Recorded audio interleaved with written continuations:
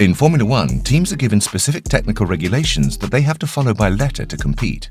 Most teams will try to find holes in the rules to gain an advantage over the others. But going into grey zone sometimes is not enough to win in the biggest and most demanding competition in motorsport. In the past, there have been many incidents where teams were racing in illegal conditions and individuals altered the result of the race.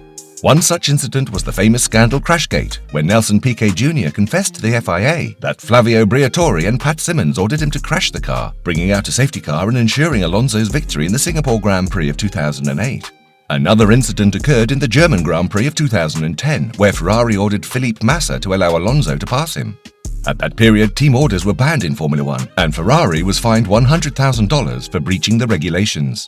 Seeing such incidents, is it possible that a team could be doing it not by itself but by using another team to stay ahead?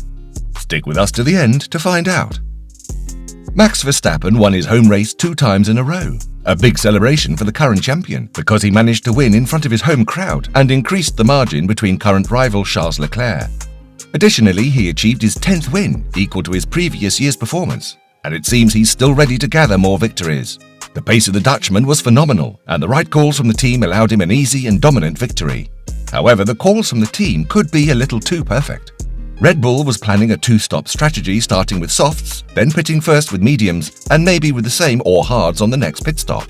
However, a 2-stop approach wasn't ideal, as Mercedes proved with their 1-stop strategy, starting with mediums and then changing to hards, which were much faster than anticipated. Everything looked like Mercedes could achieve a first win and a 1-2 in this race, with Lewis Hamilton and George Russell chasing down Verstappen, who was on mediums and losing time. At some point, however, he was given breathing room as AlphaTauri driver Yuki Tsunoda slowed down because one of his tyres wasn't fitted in the car. After he stopped his car, he was ordered to restart as his mechanic confirmed that there was no tyre issue and to return to the pits. In the pits, however, it was seen that the pit crew didn't only change the tyres, but they were securing Tsunoda's seatbelt. After exiting the pits, Tsunoda confirmed that the issue was continuing and he had to pull off the circuit and retire the car, leading to a virtual safety car.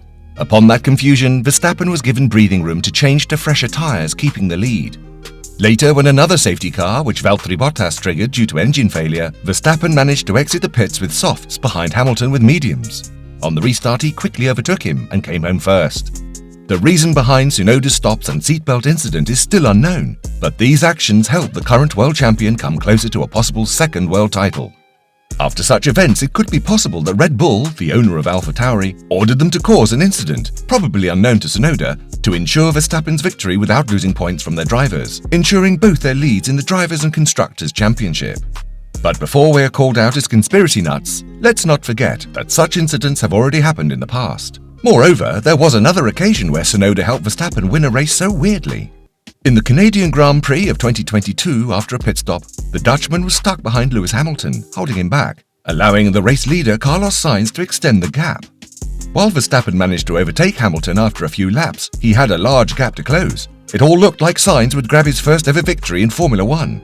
Unfortunately for the Spaniard, Tsunoda crashed the car into the wall right out of the pit lane on lap 47. A virtual safety car was deployed, allowing Sainz to pit for fresher tyres.